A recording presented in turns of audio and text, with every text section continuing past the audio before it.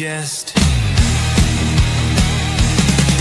From lane to the new shining ground, echo chants where the legends are found.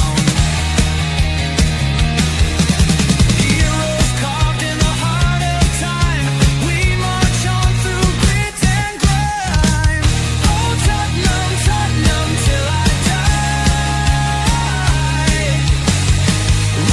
Raise the banner, let it fly. Through the rain, through the fire, this is my club, my only desire.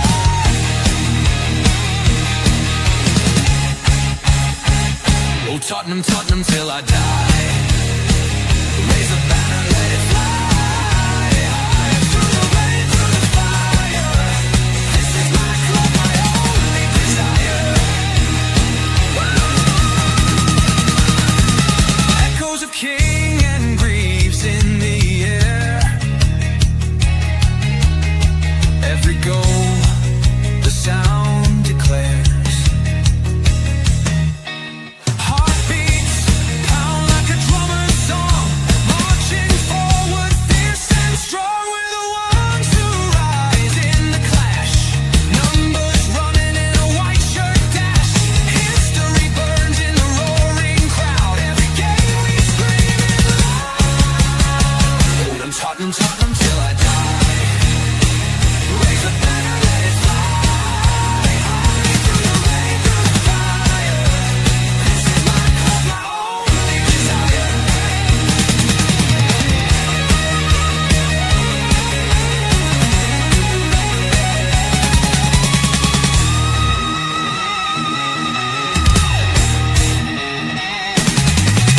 We're the ones who rise in the clash.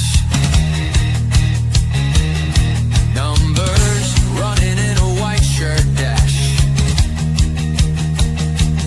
History burns in the roaring crowd.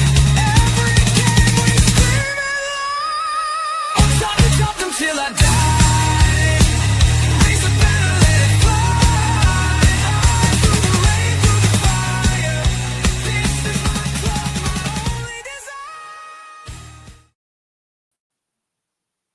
Yes, guys, and welcome to the great show on earth. Welcome to THFC Till We Die, home of Tottenham, past, present, and an exciting future, hopefully, under Thomas Frank as he leads us to glory and builds on the success of past managers. And joining us tonight, of course, on this build-up, is it repeat or is it revenge for Tottenham or Manchester United?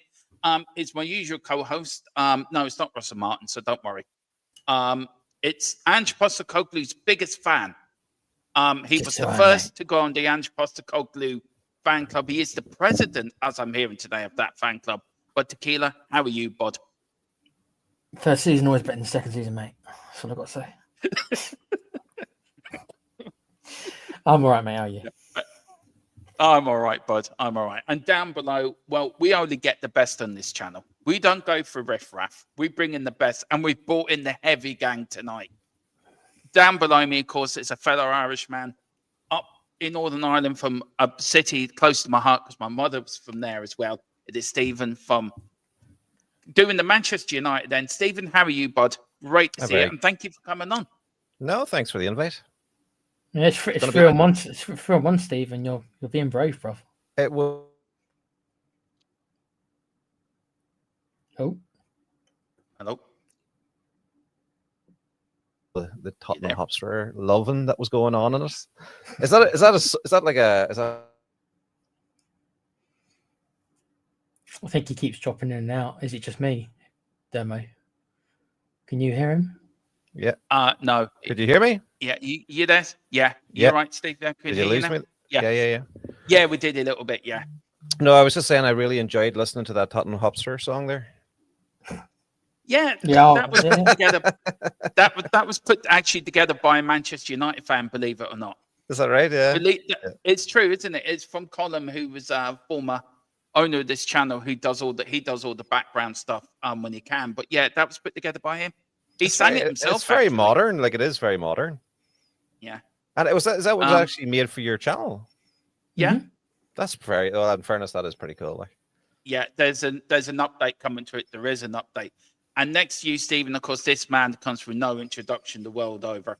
It is the myth. It is the legend. It is the man that I have battled with on Dave. But we started as enemies. Now we've become best mates. It is Rayman. How are you doing, sir? Now we can't hear you. No, it's because I've muted I mute myself when I'm not talking. So, thank you very much for the introduction. I'm not sure we've ever been enemies. But neither of us sort of suffer fools gladly, which means that at any one point in time, we've told the other one exactly what they think, exactly what we think of each other, which is fair enough. But I think we're friendly enough, aren't we? Yeah, we are. Just don't mention that. Just don't mention protests at start of seasons. I think we leave that argument there. But I think I'm coming around to your way of thinking now. We need more protests at Tottenham now. So yeah, I mean, you're getting more militant than I am. To be honest, now you're like we've swung the other way. No, very, very, very, very happy to have a few words on your channel. Very happy to be on with Tequila and this gentleman here. I've got a personal, you know, I don't know. I look at Man United in a particular way, being an old man. So happy to hear what's going on with them. Yeah, well, we will get into it. We'll get into it, all the nooks and cranny of what this game means to the fans. But joining us, of course, in the chat is Wayne Bonner. Big up to you, Wayne. He says, "Good evening, folks. Hope you're all well." Colum says he's a United fan, but we know he really is a Spurs fan. He's a Doncaster fan, first and foremost. Yeah, first and foremost. And then I think he has a soft spot for Tottenham, doesn't he? He has a soft spot for Tottenham. We have tried to convert him, but, still working on it. Work in progress. I know. Look, I want to start. Look, I want to wind back to the end of last season. We're going to wind back to the 21st of May, 2025 in Bilbao, where we must have watched the worst final in European history. Now, there's been arguments about this. Was it a goal by Brennan Johnson, or was it a Luke Shaw own goal? Demo. As your opinion of Johnson drops, and it has, especially this season, are you more inclined to give it as an own goal now, as you start to dislike him more? Nope. Okay. Nope. It's still a Brennan Johnson goal in my book. Stephen, I mean, look, it wasn't the greatest game, was it, brother? How do you feel that night, man? How does that night make you feel now? It seems a long time ago, to be honest. You know, if it had been last year was such a shocking season for Man United fans, and I think losing to Spurs in a European Cup final probably was the nail. Just that finished off a wonderful, enjoyable season, and I was so glad to see the end of it. But look, I mean, United had played pretty well up to that point in the Europa League, and just didn't turn up. But to be honest with you, it didn't really shock me, because I've seen it. There's a lot of players in that team had lost confidence. You know, they turn up some games and then disappear for a while. So it was disappointing, but it does seem a long time ago, to be honest with you. So it does. I think Stephen, actually. Yeah, go ahead. Didn't you feel because you were better than us last season? Not by much, don't get me wrong. We're not talking much. We're talking a position or two. But the 16th you finished or 15th? Remind me. I kind of blacked out last season, to be honest. So we were certainly ahead of us, because we finished ahead of you. Yeah. That's what I mean. So did you expect to beat us? Because you must have thought, well, these guys are even worse than us. You must have thought that. Do you know what? There's not many games. I don't know why, but there's not many games I don't go into expecting to win. And it's, you know, I really should know better by now. But I mean, you just believe in your club, and you believe that. I mean, like I grew up, like I saw the glory years at United, and you know, I still kind of keep thinking, oh, we'll be back next year, we'll be back next year, you know. But I've been saying that for the last 10 years. But I think, look, I mean, I'm just looking forward and seeing, you know, funny, we had a podcast on Monday night there, and I had 2 Spurs fans on, guy from Dublin, and then your guy, Harry, I can't pronounce his second name, Harry Sharf, is it Harry? Scarf. Yeah. So Harry was on, so. Yeah. and a guy called Scott Patterson from Dublin Spurs Supporters Club. And when I was listening to the 2 of them talk, the thing that depressed me the most was as they were talking about Spurs and about all the problems Spurs have had and how they've spent money so badly, and it was just like myself, and I do this podcast, the Irish Red Devils, with my brother and my nephew, and me and my brother just looked at each other and we were just like, he could be talking about Man United. It was so similar, you know. But again, looking ahead to this weekend, I don't know if I think he's looking back. We don't look back, you know. I've got the Premier League trophy over my shoulder here just to remind you, you know, that we haven't gone away. I thought I'd just start with the European final, just to remind you who the European champions are. Yes. I thought I'd just start there. Sorry, I didn't mean to rub it in, but I thought I'd just start there, Steve. Look, Rayman and Tequila, I mean, look, very quickly before we do move on about the news, and there's a bit of news about both clubs today with Ratcliffe and Tottenham now coming to an agreement. And I'd be interested to see Stephen's views on his owners, because Daniel Levy's left Tottenham, just how I still don't trust Enoch, and I think we should be protesting, but how United are still protesting would get the Glazers out. Rayman, Tequila, look, it was a special night, wasn't it, in Bilbao? And then we had the parade down the high road. Look, love or hate Ange, we won a trophy. If you put the Ange stuff to one side, how much did that trophy mean to you? Well, I mean, I went to the parade.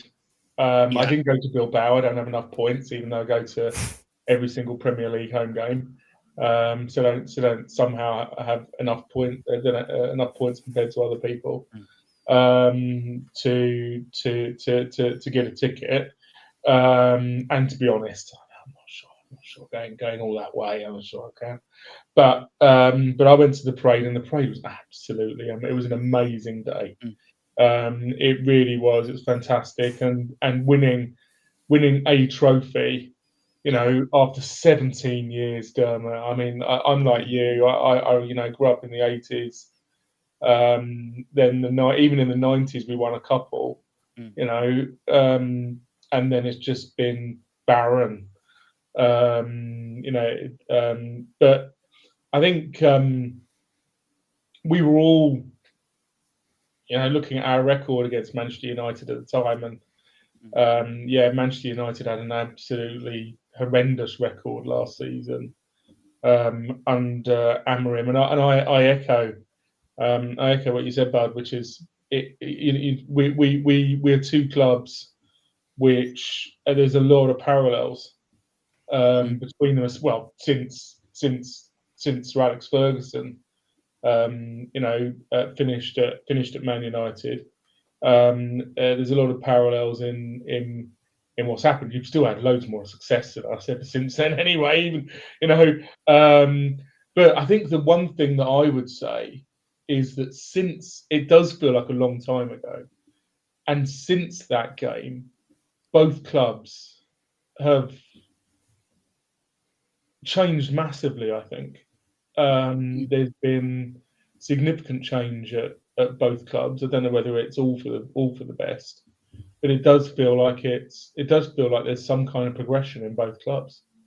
I don't know if that external view of Manchester United is reflected internally, but certainly what's happening right now with Manchester United does feel like there's a bit of a, you know, the tide has turned, you know, a bit, well, we're going to obviously talk about them coming to visit, but it feels like a long time ago, and it feels like a lot. There's a lot has happened since. Yeah, a lot has happened, Tequila, hasn't it, since that night? Change of manager, change of philosophy, change of everything at the club. Daniel Levy's now left. I mean, did you ever expect the changes to be that big at Tottenham? And then you look at Manchester United, they're getting it right under Amarin now as well. They've got a few wins. I think they're unbeaten, I think, in the last 4. I think only one defeat the last 4 games in the Premier League. We're meeting a very different Man United team Saturday, aren't we, at lunchtime? Well, yeah, the thing about Levy leaving is that I never believed it was going to happen. I was pretty sure that he was going to either retire or die, with all due respect. One of the two, whichever one was first. But of course, he was pushed. And we now kind of know that he didn't kind of voluntarily leave, which I never expected he would voluntarily leave. So he was pushed, which is fair enough. As about Man United, it's just like, I mean, maybe Stephen will back me up on this, but Amarin never had a transfer window, and now he has. I don't really class. Yeah, he had January, but I mean a proper transfer window. So he had a proper transfer window. So I don't know how much say he has. Stephen will know more than me how much say he's got in his players. I imagine he has a say. So he's finally starting to be able to build the team he wanted. So I'm not that surprised that they have started gelling a bit. And I thought United had a hell of a transfer window. Most of those players that you guys brought in, I would gladly have at Spurs. All of them, pretty much. Pretty much every signing you made, I'm like, you know what? Yeah, I'll take him. I'll take him. I'll take him. Now, we salvaged our window a little bit with the Simmons signing, but we didn't do enough. I think you guys generally had a better window than us. We managed to salvage it with the Simmons signing a bit. Had we not got the Simmons signing in, I would have said you guys destroyed us in the transfer window. So here's a different United, Dermo. I think Amarin is finally starting to get his act together. But Stephen, they were still on his back even at the start of the season. It's only within the last 4 weeks or so where the fans seemed a bit more accepting of him. Is that fair to say? They were still quite on him until maybe 4 weeks ago or so. Well, I know where I was at about 5 games ago. It's hard to remember back now all the games, but about five games ago, leading up to the last international break, I had kind of said, like, I was starting to lose patience with it and thinking it wasn't going anywhere. And I kind of decided that in my own head that I'd looked at the fixtures of the next 5 fixtures, and I said, if we don't get 6 points minimum out of those fixtures, then I would be for asking them to go. But we ended up getting a couple of wins, and I think we got like 8 points or 7 or 8 points. So I was like, okay, he bought himself time just leading up to that pre-international break. And, you know, there's certain things have happened. I mean, the problems at United, the biggest problem at United has been, well, that we don't really know what the problem is. You know, it seems to be much more, the club's rotten to the core, and it's been like that. You know, I think it's been like that since the Glazers took over, and it's just been slowly rotten over the years. What I do like about Amarin coming in is that finally we did get rid of, we had to do a clear out, and it wasn't as big a clear as we would have wanted. But, you know, again, we're a long way back. Whereas we're going okay now. We've seen a bit of improvement, and that's all we need. That's all I need this season. I just need to see improvement. I need to see we're going in the right direction. Cunha and Mbeumo coming in, 2 Premier League proven players, have been a breath of fresh air, particularly both of them actually, but their work rate, do you know what I mean?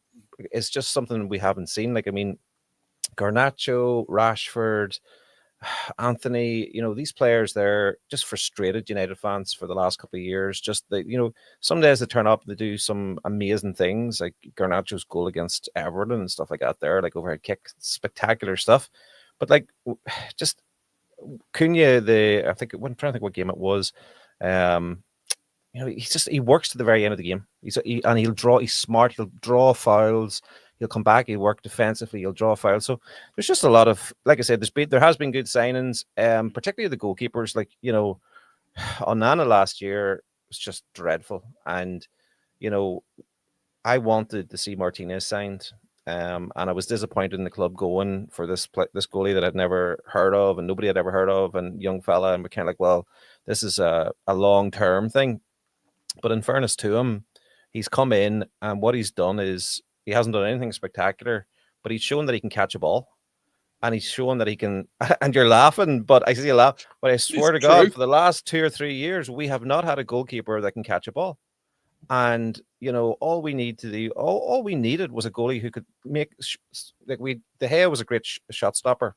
We got rid of him, and then we didn't have a shot stopper. We didn't have Onana was meant to be a ball playing goalie. I never saw it. His passing was pretty poor. He was not good at anything. So this guy's come in, and you already see that he seems to have settled. He seems to have a calmness about him. He seems to have a personality that can handle wearing a Manchester United shirt.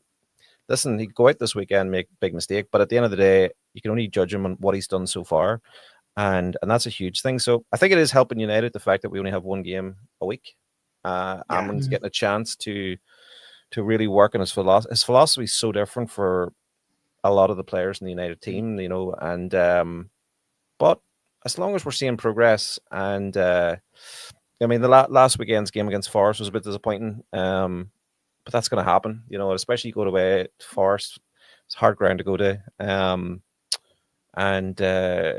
So we'll see. Looking forward tonight to seeing how we match up against Spurs. I always love the game at Tottenham Man United or Man United Tottenham. It's got so much history to it. You can go back to the '67 Charity Shield where Pat Jennings scored from one end of the ground to the other at Old Trafford. You got the Law, Charles Belt, Law, Charlton and Best. Sort of three of the probably greatest players ever to put on a pair of boots, I think, for Manchester United. You look at Tottenham, Jimmy Greaves. I think we beat you in the 1962 FA Cup semi-final at Hillsborough as well. Jimmy Greaves got 2 that day. Yes, I was there. I was covering the game for the channel. Tequila was outside getting all the fans' review. It was a good day that day, wasn't it? Tequila 62 semi-final at Hillsborough. Yeah, that takes me back, just like it was yesterday. Yeah. It was, yeah. I watched the video of it the other night, and it was like the old stands, just sea of people. You look at Old Trafford back in the day, you look at White Hart Lane back in the day. It's just, I think the atmospheres were better in the old days than they are now. But that's just my opinion. But what does it mean? Look, Manchester United Tottenham is a big game, isn't it? But do you think it's lost a little bit of its, I don't know, is it lost a little bit of its sort of sparkle to it over the years? You look when Fergie was in charge. When do you think so, Demo? I enjoy them much more nowadays because it's much more of an even playing field. Do you not remember the hidings we used to get from United every season? We used to dread playing them. The one that gets me, Tequila and the guy, is the 3-0. We're 3-0 up, and you lot. Yeah, and then they came back and won it. Yeah, I remember. Yeah. I remember. And do you know what Keane said to them in the change room? Do you know what his captain's speech was? He just turned around to the players and he said, "Lads, it's Spurs." Yeah. Oh yeah. So it's only Tottenham. Yeah, that was it. Yeah, that was his speech at halftime, and the players were like, "Yeah," and then they went out. And he's a Tottenham fan. Roy Keane's a Spurs fan as well. But he knew how bad we were. He probably he was probably heartbreaking. He was like, but these guys are terrible. He's just he was a serial winner though. Yeah. I love Roy Keane. Oh, I wish we had a Roy Keane in our midfield. I tell you. There's a film coming out about Sapan in I think this year. So early next year. That is going to be really interesting to see. Do you know what? Mick McCarthy is actually in Armagh City tonight, and I had tickets to a meet and greet with him. Yeah. But I decided to come on your show instead. So because and then I was like. I know my brother went to it, and my nephew who does it with me in the podcast, Killian. So they both went to it and sent me photos, him and Mick McCarthy. I was like, this. You mightn't be able to see this top because the players couldn't, but I had this back when I was 15. I was like, can I wear this top down? I don't think it would fit me now, but I was going to wear a Roy Keane top in. Don't know if you can see it, can you? Yeah, that's a compliment. You give up Mick McCarthy to speak to us. Wow, Tequila. That's a compliment. It had absolutely nothing to do with my wife either. Do you know? No. It wasn't that I just. Yeah. It wasn't. I wasn't told it was one or the other. So. Yeah, I know how you feel, Stephen. I know how you feel, bud. Rayman and Tequila. Look, you look at Manchester United. What for you? I'll start with you, Rayman. Don't you, Tequila? What's your nervousness about Saturday? What one player are you looking at thinking, God, they can hurt us? Well, just to go back, I was laughing because I think a lot of us are now in that place, Steve, where we're like, just do the basics, for crying out loud. Do you know what I mean? You know, you stop doing all your fancy stuff. You know, this for me playing out from the back. I've hated it I've been hating on it for like 5 or 6 years. Yeah. Right. It wasn't at Spurs. It wasn't just an anshing. It started under Jose and Conte, and it was absolutely. It used to drive me potty and all this. So sometimes, you know, doing the basics, catching the ball, kicking the ball, passing it to a teammate, are all and doing that well are all we really ask for. Which is why I think we love Paulinho so much, because he's just a no nonsense footballer. He just does what he needs to do. So that's why I was laughing. You said, you know, he just does the basics. I'm just like, yes, this is what we want. You know, I wish we could go back to 4-4-2. To be honest with you, do you know what? I would love that. I mean, we have a 6'7" striker at the moment, Šeško, and we've no wingers to pass him to put crosses in. You know, and I still live in the 90s and the early noughties, and I'm thinking about Beckham and Giggs, and I'm just like, he would have, feed him. Well, they say everything's circular, and we're currently experiencing, a bit of long ballism, a bit of set pieceism. Yeah, if you want throw-ins. Maybe the next step is 4-4-2. Is going back to maybe we're going to go back into 4-4-2. In the so we're going to get 80s football again. Is that what you're telling me? Come on, let's go there. I have been thinking, how would teams cope these days with a classic 4-4-2 and 2 strikers up against the centre backs, because they're so used to just one one striker? How would they actually cope with a little and large man? Just there. Maybe that's the next thing. In terms of who we're concerned about, not Sesko just yet. I think he will come good for you. Yeah, I think so too. Yeah. I do think he will come good for you. I think so. You need to give him time. Yeah. So that's Cunha and Mbeumo both played in the Premier League. That's a massive thing. Coming into a club like United who have been struggling to score goals, and you're new to the league and all that kind of stuff. So he needs time, but he also needs the ball. He needs to be given opportunities. Yeah, absolutely. And I think there's a lot to be said for that. I think we're seeing a lot of that, of the difference between players who've done a bit of time in the Premier League and then moved to a different, bigger, whatever you want to call it, club, and they sort of acclimatise, they get into that team a lot more easily than players from externally. We're seeing it massively. Kudus has hit the ground running. Paulinho has hit the ground running because he's had previous experience in Premier League. But our non-Premier League players who we bought late, who clearly have quality, are struggling to get up to speed and work out where things are. So, Mbeumo, he, even forgive me in that loss to in the League Cup, he still, he was the standout for me when I in that game. I think he came on, didn't he? And the Grimsby game you're talking about. Yeah. I've blacked that one out as well. Don't worry, man. I think that was one of Tequila's questions, actually, about Grimsby, wasn't it, Tequila? Was that one of your questions? He is an outstanding player. Yeah. And I think it says a lot about Man United that you're still, despite the troubles that Man United have had on the pitch, you're still attracting players like that. You're still getting players like that who are choosing Man United to come and play for you guys. So Mbeumo definitely would be the one player who I would be particularly concerned about. I mean, Tequila, is Rayman right that, look, they did attract, we won the Europa League, we earned the Champions League, but Manchester United still bought better players than us. Does that mean that our name is not as big as Manchester United's? Look, I think Tottenham are a big club. We are a massive club. But if you look around the world, United do have that draw, don't they, Tequila? Well, Tottenham can be a big club, but United is an elite club. They're the next level up. Yeah. And that's a small group of teams. United, I put Liverpool there. I'd put Real Madrid, Barcelona, maybe some of the big Italian sides.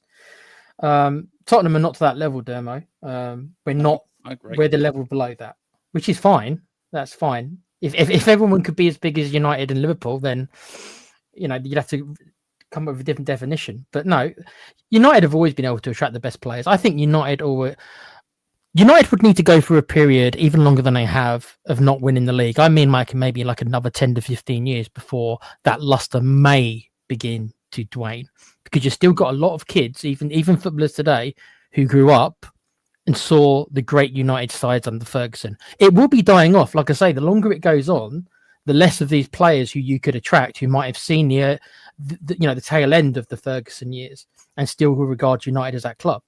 We had this discussion with Chelsea and Tottenham about being a big club, and in the minds of most footballers nowadays, they will tell you that Chelsea are a much more attractive opposition than Spurs, even though we freely admitted that Tottenham probably are a bigger club when it comes to the fan base. But because of the recent bias, the last 10, 20 years of success Chelsea have had, they're going to be a more attractive option than maybe. See, United, I think, can probably compete with Chelsea in that, but we are still way behind, even unfortunately Chelsea, due to their recent success and the recent appeal that your footballer today may care about. It's the reputation system, like playing Football Manager. The reputation system, Spurs are still way behind United. And United might have dropped off a bit from their glory days, but they've still got a higher reputation than most of the clubs in the world. Would you say you've got a bigger reputation, Stephen, than Liverpool? I know that's a horrible one to ask, because I know they're your biggest rivals, but I would say maybe other than Liverpool, you might still be the most attractive club to play for. I think you're more attractive than City. I think City have gained on you an awful lot, but I still think in name recognition. I think it depends if you're talking about players, what attracts players. Other than money, yeah. Money is a big factor in it. And I think what I do like about Cunha and Buemo is that they don't feel like they've come for money. Like, we've had a lot of players over the last 10 years, and you kind of think they've come for money, and it's never worked out. So United, Liverpool are a huge club as well, but I think the only clubs up there are United, Barcelona, Real Madrid, and then Bayern Munich. Those are the type of, I don't think, like, City have been so successful over the last 10 years, 10 years maybe, but they're not United are worldwide. Do you know what I mean? Mm-hmm. And it's just different, but success is important to keep up there. And as bad as we've been over the last 10 years, we still won a good few trophies. So we've kept ticking away trophies. And I have a good few Spurs fans, which is really weird because there's loads of Spurs fans here. But even last year, whenever they were giving me awful abuse and WhatsApps and stuff, and I just kept saying to them, yeah, but we're still going to finish above you. Like, we are rubbish. Like, we are crap, but we're still going to finish above you. And we did. And I can't believe it, because I even got to a stage last year where I didn't believe it. But somehow we still managed to do it. Like, so it was easy to believe. It was easy to believe when we were watching those games every week, Stephen. It was easy to believe that you'd finish above us. Yeah. But we were terrible. Like, honestly, last season was so depressing. I'm just so delighted now to see some change. All I need to see as a United fan is I just need to see progress. I need to see passion coming in. I need to see players wanting to play for the club. I need to see players trying. And I'm just really pleased, because, like I said, Rashford had a period in time where he's obviously a fantastic talent as a footballer. And he had a period of time where he was brilliant, but he's just been off it for far too long. And it's that kind of ruthlessness of saying, well, actually, if you want to be a top team, then, you have to be ruthless, and keeping players around for too long isn't the way forward, especially if they feel, I don't know, the lifestyle that you see from players. I suppose I don't really care about the lifestyle as long as they're performing on the pitch. But whenever you see the lifestyle and the lavishness, and they're not, and you see them throwing their arms up in the pitch, and you're just like, What got me last season was Rashford going to Belfast and all that. What happened after that? And that was one. Look, you wouldn't have had that on the Fergie. Yeah, you wouldn't have definitely had that on the Fergie. But I look at the likes of Ahmad and Manu, 2 young lads that have come through the academy, and I love Manu. I would love him at Tottenham. I really would. I think he could do a job for us in our midfield. No, I love these games. I always look forward to when we play Manchester United, either home or away. I mean, back in the day, we never won there. I mean, when we did win there, when Roy Carroll actually, the ball was about 50 foot over the line, and you still won the game when it should have been. No, was it a draw that night or did you win? Can't remember, but I remember the goal or the non-goal that you're talking about. Yeah. That was Can't crazy. remember. No VAR back then. Like. No VAR, no. Royal Goal line Carroll technology. got it out the net. No, didn't go over the net. To get over the line, ref. No, you're fine. I love playing Manchester United. I really do. It's a game for me. For me, it's a special fixture for me because I think it's 2 big clubs with lots of reputation, lots of history. Yes, you've had more history than us, but I still think, in the 80s when you were winning only 1 FA Cup, 2 FA Cups in the 80s, we were more successful than you. And then you got Fergie, and then you got the Nottingham Forest game, and then the rest is history. But what I do want to talk about, guys, just want to drift a little way about the game on Saturday, is about FIFA and about the world governance of the game that we love. And it was announced today that FIFA have announced a new peace prize to be awarded at December's World Cup soccer draw in America. No questions to who's getting it after all the complaints he made about not getting the other one. So FIFA have decided, tell you what, don't worry, DT, we'll give you a new one. I'm not going to talk about that. That's for the politics side of it. But the question I would ask, going to start with you, Tequila, and I'll go around, is should football stay out of politics, Tequila? And are you worried FIFA are going down this route? Yeah, but I think that goes for a lot of entertainment. But they can't avoid it. I wish they would. I wish they would, but they can't. They can't for their PR. They've got to try and take a stance. I mean, I don't really buy into it. Really, it all seems PR to me. I try to ignore it, to be honest. Yeah. Don't get me started on them giving Donald Trump a. Come on, dude. Come on. See, do you hear what Pochettino said? Just quickly, Dermot. Yeah. Did you see that? Did you see his interview? I did watch that interview. Yeah. He wants to meet Donald Trump. I want to see that. I was sent to the boys on Monday night there. I think it was Harry I was saying it to, like, Poch is going to have ice after him. At the World Cup next year, he'll be thrown in jail and deported. Yeah. The thing is, Dermot, politics has been in sport for as long as I can remember. It has, with the United States and the Soviet Union sort of boycotting various Olympics, and those types of political rivalries sort of spilling out onto whether it was the basketball court or the ice hockey, the ice hockey arena, to politics. But this does seem particularly cynical. There's why FIFA, what have FIFA got to do with this in any way, shape, or form? And it does feel it's just image, isn't it? It's all image. Absolutely. Image, and I don't know if you remember Infantino visiting the White House and visiting the Oval Office with Donald Trump, and he gave him, I think he gave him the trophy, and it's got like a golden key in it, if I remember rightly. It was quite a while ago, and it was all theatre. It was all back scratching. The harsh reality is that we're interested in sport and football, and these people are interested in power. Yeah, that's what it is. Power breeds greed, doesn't it? And greed then comes with corruption. I mean, you look at the Premier League. Sorry, go on, Raymond. Go on, finish. And all of this is just a route to it, basically. I mean, Infantino is a lawyer. They're all they're all lawyers in one way or another. There's so many, especially in European institutions. It just looks cynical.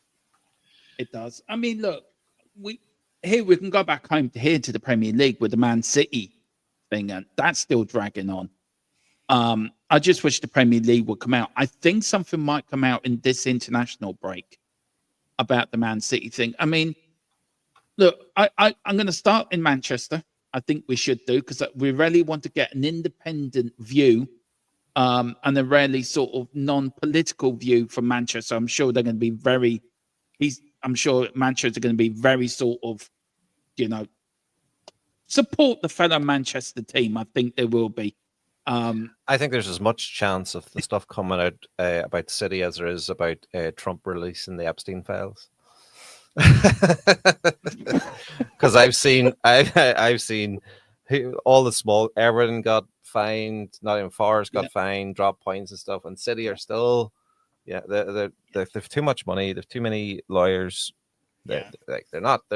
Nothing's ever going to happen with that.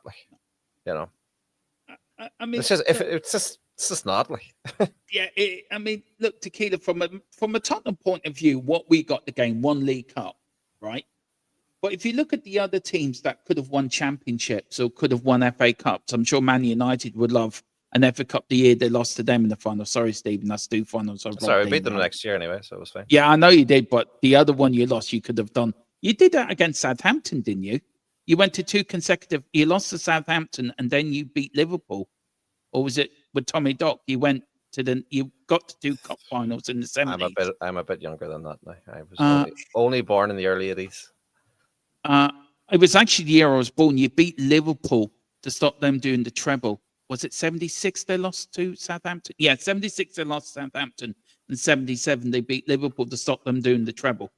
God, I'm only 48 and I can remember this shit. This is bad. Tequila, I mean, where are you on it? With this Manchester City thing. If you look, I'm being serious. With United, they've got a lot more to gain on the trophy front. We only won League Cup, but is it important that the Premier League come down hard on City, Tequila? Because you look at FIFA, you look at all the corruption. We have to show that we mean business, don't we? Or the Premier League have to show they mean business. I've never expected City are going to get penalised. I don't think they are. Yeah. I've never thought they will. I think that the Premier League will be too scared, and that is the word I'm going to use, scared, to open the can of worms, which you just suggested, because you're going to rescind every title, are you? You're going to rescind it all. And then the teams who lost those finals, including ourselves, what we're going to do is we're going to throw more parades for stuff that we won 5 or 6 years ago that we should have won. I mean, how far do you want to go? How far down a rabbit hole? So it's in their best interest. And I'm not saying this is the right thing to do. This is what I think they'll do. They want to stick their nose in the sand like an ostrich. They want to continue to do that. So I think City will get away with it. If they were to get punished, it's not going to be anywhere near as harsh as any of us want it to be. They ain't going to lose titles. They're not going to give titles. If you think they're going to give titles back to Liverpool, or give titles to United, or give us the League Cup that we lost to them, they will never do that. So if that's what you think is going to happen, I think you're going to be disappointed, my friend. I don't think it will happen. I think it should happen. I think they should be demoted. And I mean, look, that damages the integrity. I know you can say that the integrity has already been damaged, and that there's merit to that. But how bad will it look if they have to rescind all these titles and hand them all these old trophies now over the last 10 years or more?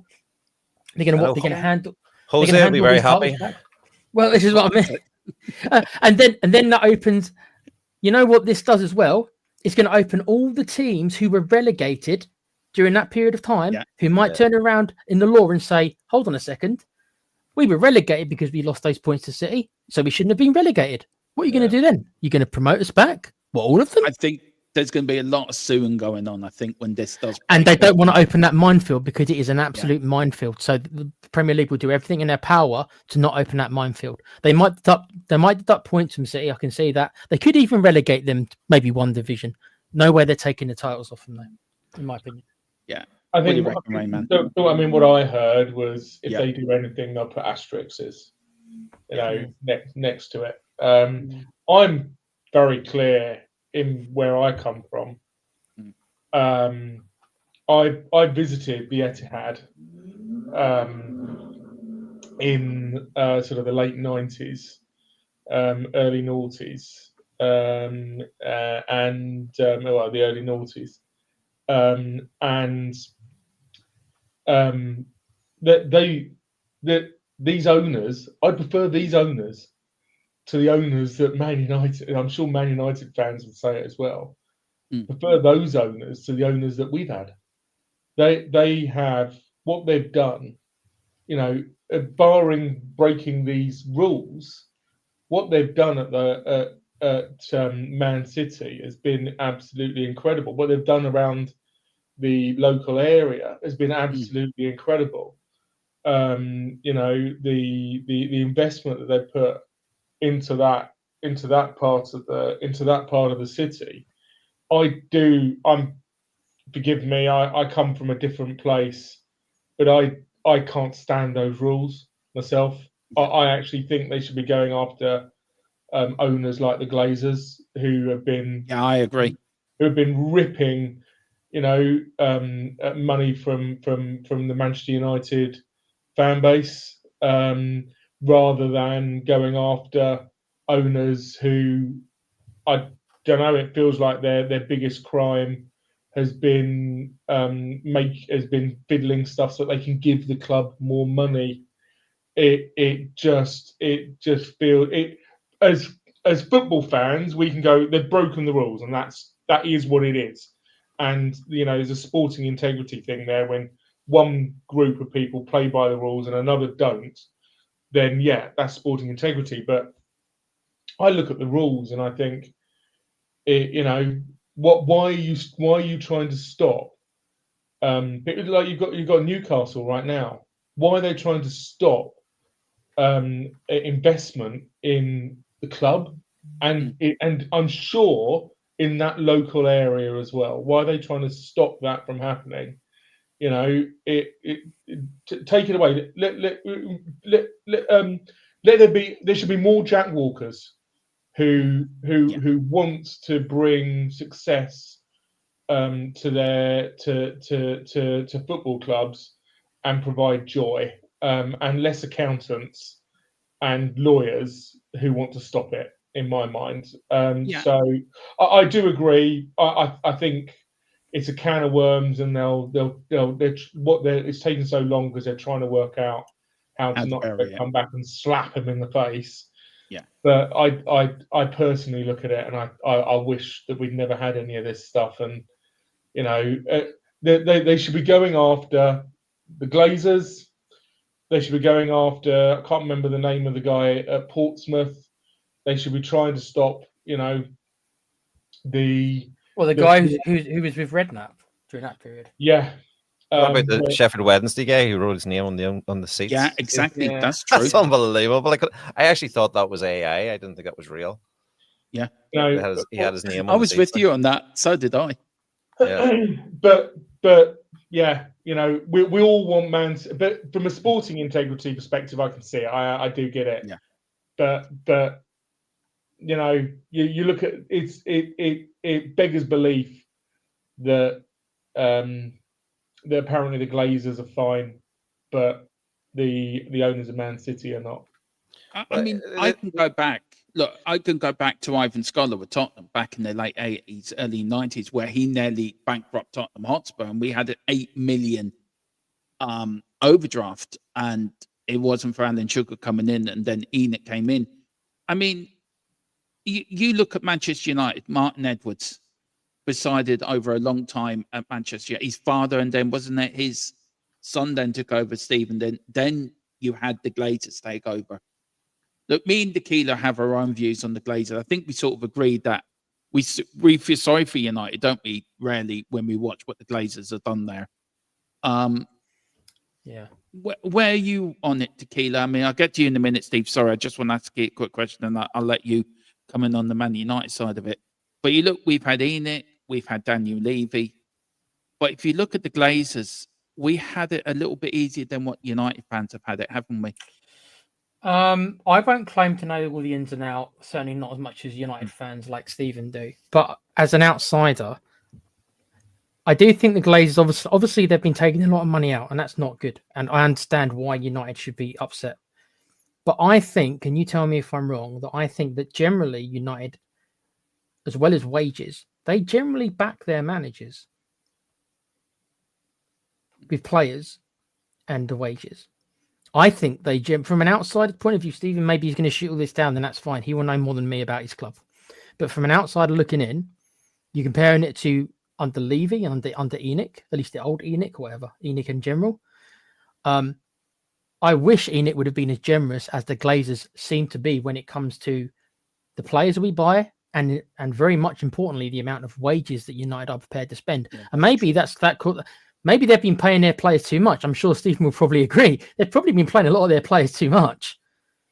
But we can only dream of having that kind of a wage budget at Spurs, because that was the reason why we lost out on so many signings over the years, because either we weren't prepared to pay the extra fee that they wanted, or we couldn't afford the wages. And that stuff has held us back. Hopefully that will change under the new ownership, or the same ownership, but new figureheads. We'll see. But if I'm wrong, Stephen, tell me I'm wrong. But as an outsider looking in, it looks like United have always backed their managers. So even though I hear all the stuff about them taking money out and I don't know the specifics, just on the footballing side, they seem to back the managers that they hire. Well, the Glazers got themselves one of the greatest deals ever in the history of business, and they did nothing wrong. It's completely illegal now.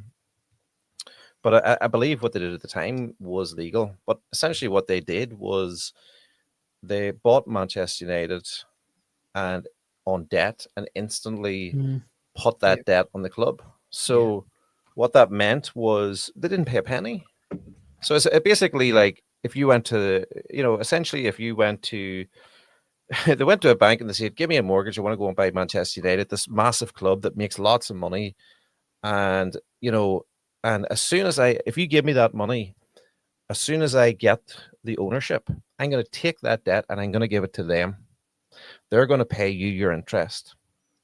I'm not going to have anything on me, and they'll keep paying you and I'll keep getting paid by them, and everyone's a winner.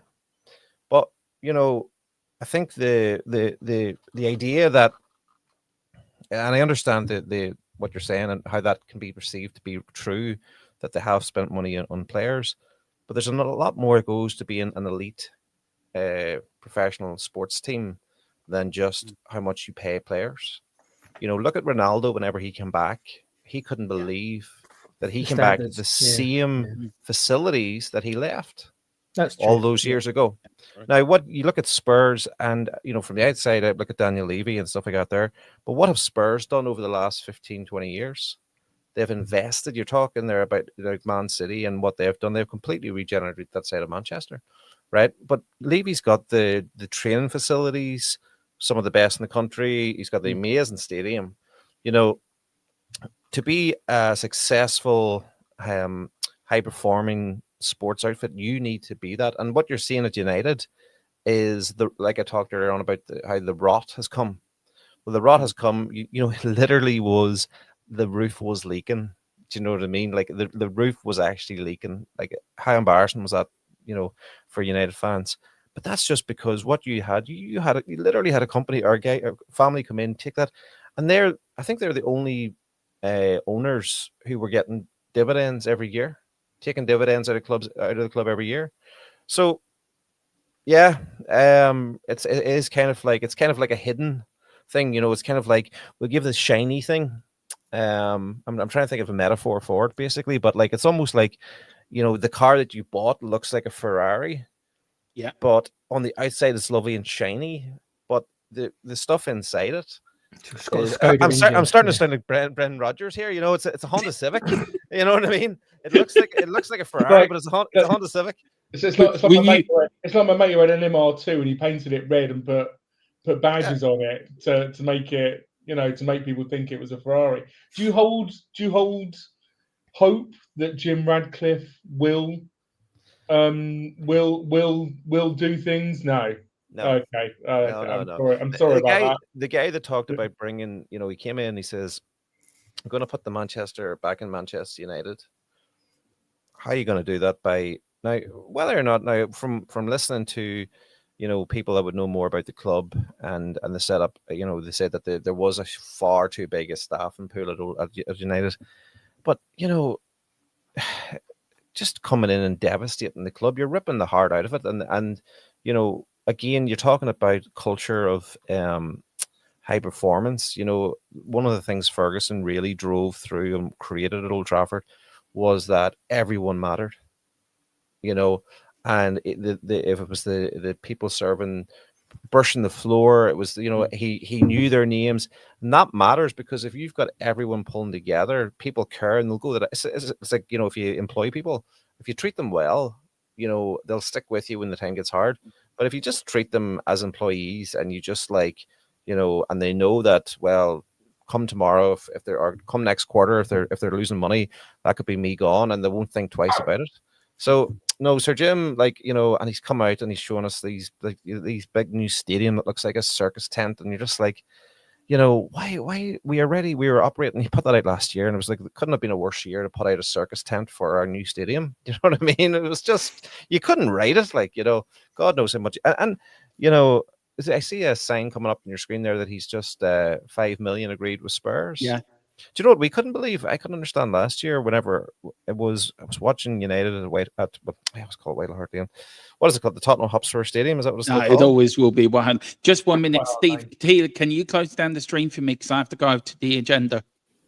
Can you do that for me very quickly?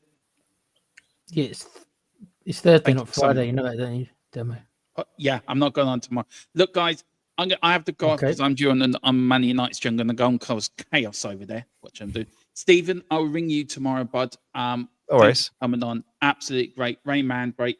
Guys, you can leave in the hands of Russell Martin to just end this and continue the stream. You sure you know how to close it down, bud? Yeah, just about. All right. Okay, thank you very much. I'll speak to you later, guys. All right, see you. All the best. See you later. No, I was just saying there. I was turning around and looking around because I've got Sir Alex Ferguson's autobiography somewhere. Yeah. Here. And it's a great read, and he sort of epitomized that there's a very famous JFK, John F. Kennedy story where he went and visited NASA, and he went up to a janitor who had his mop out and cleaning the floor. Yeah. And he went up to him and said, what are you doing here? And he said, I'm helping putting man on the moon. Yeah. And Ferguson absolutely embodied that. He believed that's what everyone was doing. I obviously I want my club to succeed, but it does. I'd love for Man United to resurrect, to be resurrected, and I do wonder. We talk about rot. Sometimes you need to rip everything out. Well, just one of the things I was saying there last year, as United fans, we could understand how Ineos was sponsoring Spurs seats in the dugouts. There was not one Ineos sign at Old Trafford. No, listen, there's something very strange about why someone would. I mean, he bought into United, and I think most United fans just see it for what it is. He kind of bought in. The Glazers said, "Look, you can come in here and take all the heat," and I don't know why he did it, but if it must just be for money, because I don't know, just I've no confidence. But again, that's out of our control, and the Glazers have shown that they don't care. They just don't care, no matter how much abuse. The only thing that they did listen to was whenever there was the Super League thing and the fans got on the pitch and stopped the Liverpool match. Within the next week, one of the Glazers was out and talking to fans and said, we're gonna set up this new thing where we're gonna talk to you now, and then once the news cycle had gone, none of that ever happened. They don't care. But listen, all we can control is what we do to Spurs on Saturday, and I'm that is a great segue. Steve, Yeah, I was going yeah. to say as the last thing we're going to cover, because obviously Dermo's run off. Yeah. Didn't leave me any notes he had planned. So, but I know that one thing he did want to cover for sure, obviously, is we'll give predictions, but also where's the game going to be won and lost. So, I'll stay maybe in the middle because now it's more even. So, if Rayman, you can go first since you're Spurs, how are we going to beat United? And then Stephen, you tell us how you're going to beat us. I actually love Manchester United's tactical. I love. I love the setup, and this 3-4-3 with sort of 2 roaming 10s. I personally love it, and I think Amram only ever needed the right players to make it work. And in Cunha and in Buemo, in those 10s, I think obviously they go wide. I think he's got the right players, whether they've got the right depth. I think it's going to be. I'm going, obviously. I think it's going to be a very, very tough game for Tottenham, where we've got a lot of injuries. Yes, we've come off the back of a very good performance against Copenhagen, an uplifting performance, but there's still going to be a lot of anxiety in that stadium following Chelsea. And with Man United seeming to now hit some form, and it looks from the outside like these guys are starting to click. And I think it's going to be. I think it's got. I think we're going to have a tough.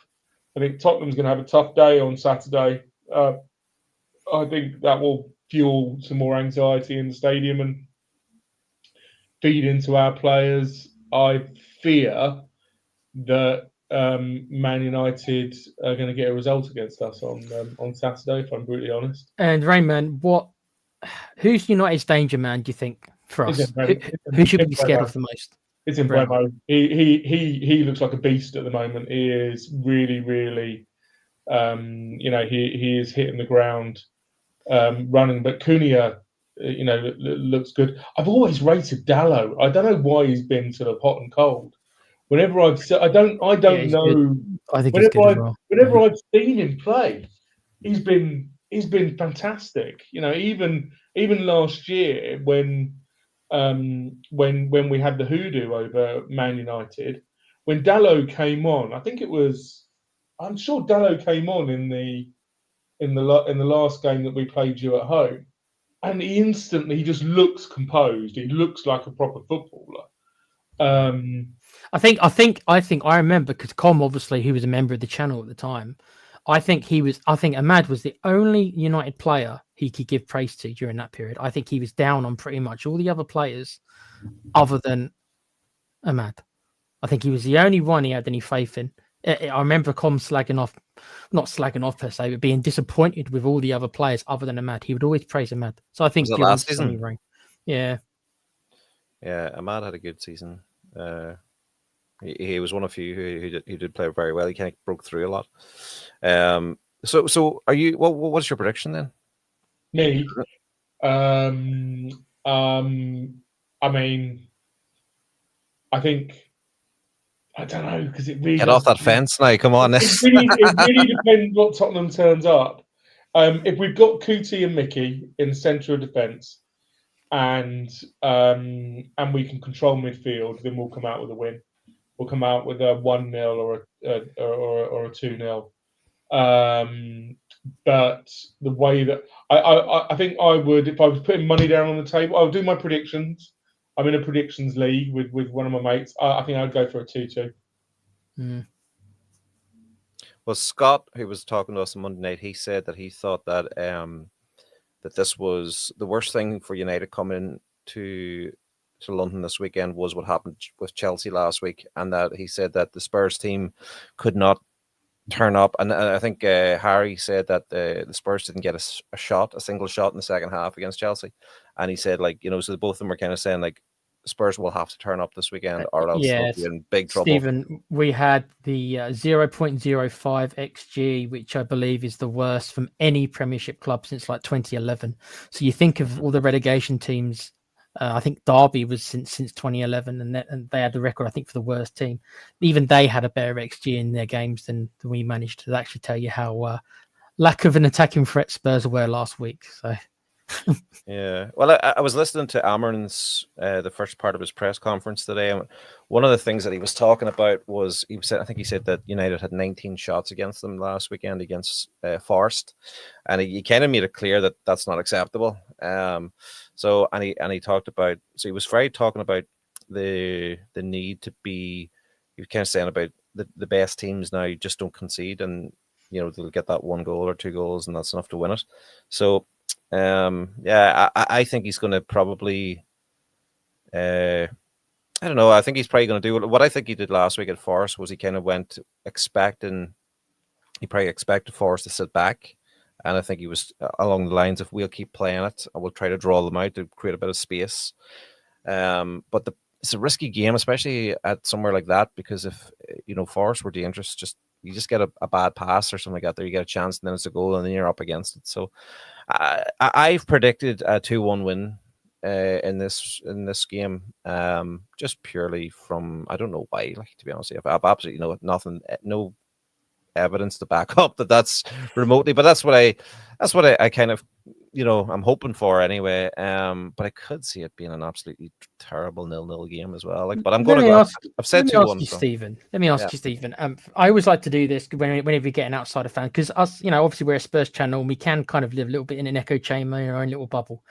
As an outsider, as you look at Spurs, and obviously you're going to be playing us next, do you have any concerns? Because we, at the moment, are a very poor team going forward. Our defence is solid. Our midfield is all right. It's our worst front line, in my opinion, since Everson, Armstrong. It is, to me. So as an outsider, do you fear us as an attacking threat at all?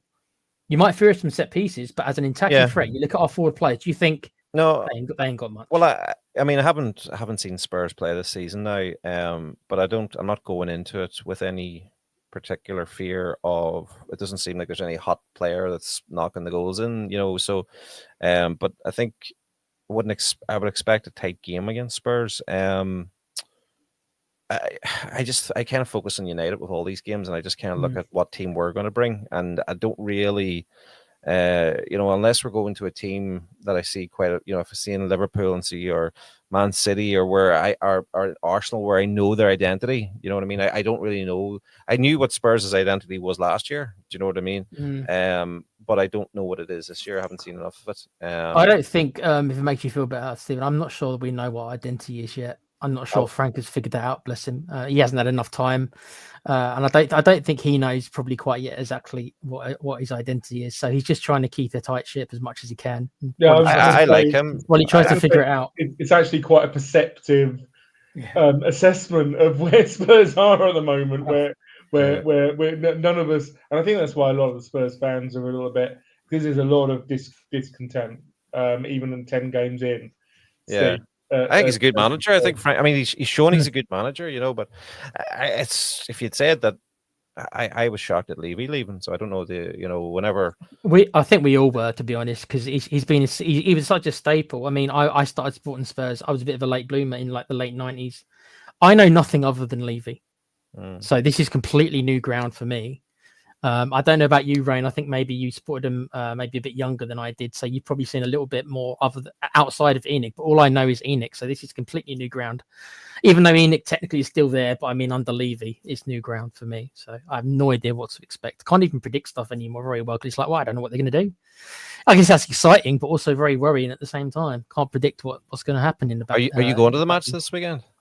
No, I've got health issues. I can't make many games. I haven't made a game in about 2 or 3 years, unfortunately for me. So I'll let I'll let Rainman do the cheering for me. Yeah, I'm a season ticket holder. I'm a season ticket holder in the North Stand, so I'm actually about 40 seats away from the away fans. Nice. So listen here, could I ask you a favor? Could you get me a wee video of the United fans at some stage, just for the atmosphere? Because we've just started, like I literally just started 3 weeks ago, our own podcast for Man United, like Irish Red Devils, and I'm trying to get like clips from fans in the stadiums at games, and I haven't got any one for this game yet from a United point of view. So even if there was a clip of United fans singing or something, just to get that feeling of the game, that'd be really cool. Yeah. Let's get the details. Yeah. That's absolutely no problem. Yeah. Okay, so predictions are: Stephen, you've gone 2-1, and 2-1. Rain, you've gone 2-2. I'll go 1-1, so that's 2 draws and a United win. So none of us think the Spurs are going to win this, which is interesting, right? Okay, guys. If you want to put your predictions in chat, I see Wayne's got a 3-1 to Spurs. Bless him. Dermo would say 4-1 because Dermo always says 4-1. So I already will speak that for him. But if you guys want to put your prediction in chat before we head off. But yeah, if you guys want to plug your channels, Rain, if you want to start, do you have a channel, mate? I know you do, Stephen, but do you even have a channel, Rain? No, I just come onto various channels. I think this is the fourth or fifth I've come onto, and just spread my opinions and have a chat with people. That's really fun.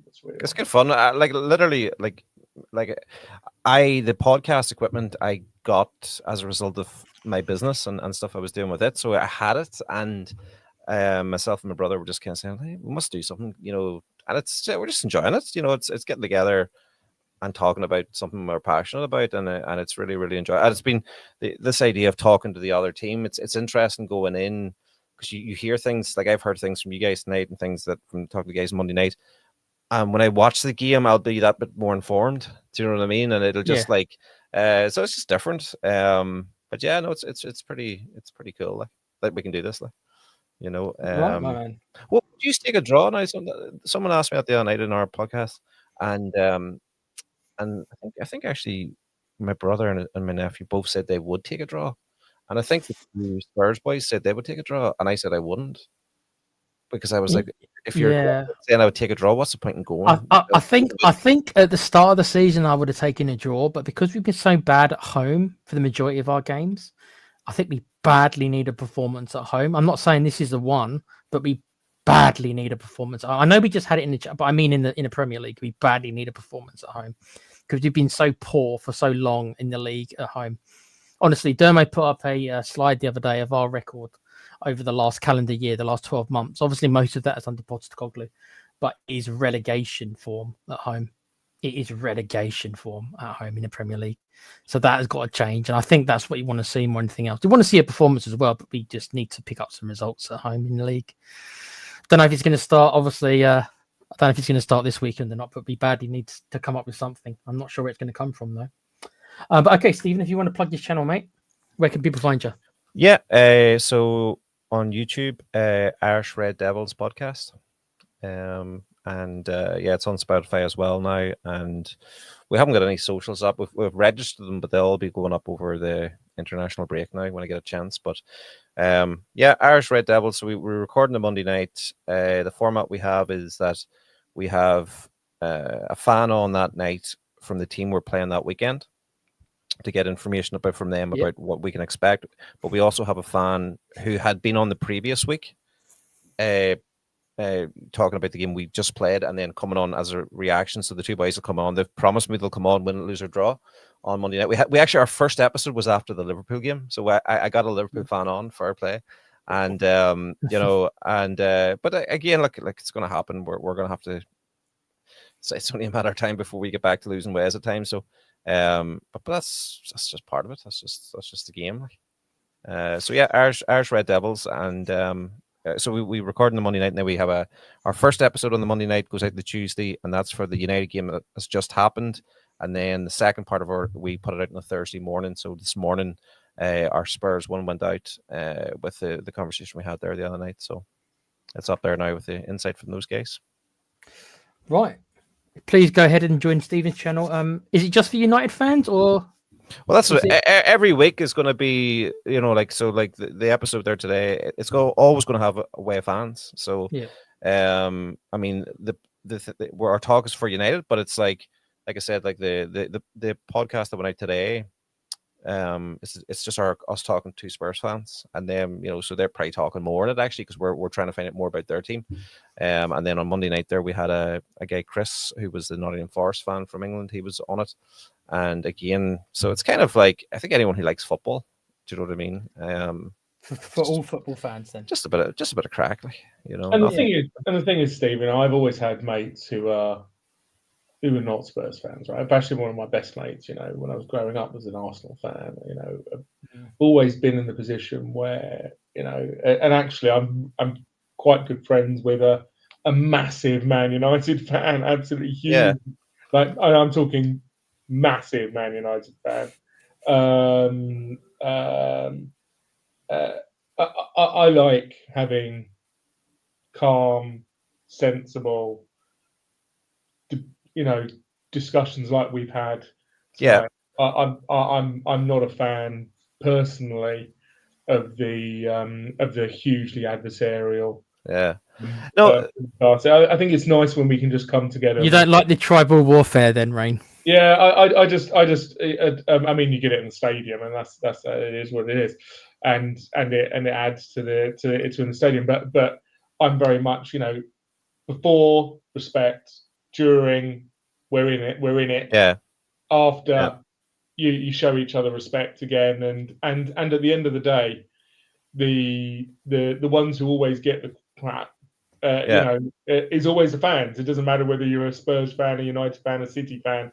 Yeah. The ones who always suffer are always going to be the fans.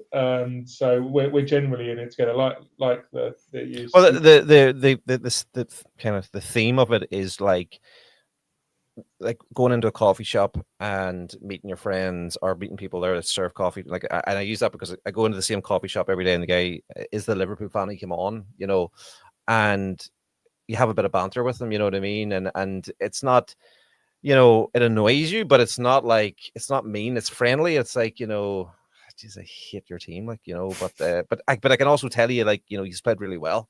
Do you know what I mean? Like, we were shocking, but then whenever, like, I think whenever we beat Liverpool, I don't think I know. Do you know the Conor McGregor walk? Oh yeah. I'm gonna say, like, I walked into the coffee shop the next morning, with the Conor McGregor walk. So but that's the idea of our podcast. That we have that idea. It's a bit like you're just sitting with, just sitting on a bar maybe, or or sitting in a coffee shop and having a chat with people that are just into football and having a bit of crack, really. Right, good to hear. Right, so as for content on this channel, obviously Dermo will be covering the game over the weekend. I don't know if there's a stream tomorrow. As I said, he's run off. You know us, we normally do stream most nights, so there will probably be a stream tomorrow. Most likely if his predicted lineup, maybe a game preview. And then please live coverage for the watch along over the weekend as well for the United game against Spurs. But I want to thank my two guests. I want to thank Rain. Say goodbye. Thank you very much for having me. No worries, my friend.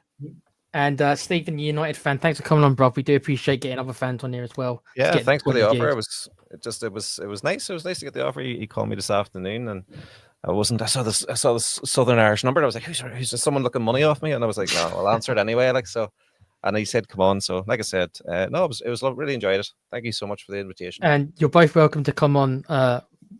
Stephen, obviously, when we play United and Rain, as a Spurs fan, you're welcome to come on as well. When we've got some space. Right then, guys. Well, thanks for joining us again. And I suppose, as always, come on, you Spurs. And because I have to, don't I? Right then. It's just who we are, mate. Thank you, guys. Thank you. Take care for now.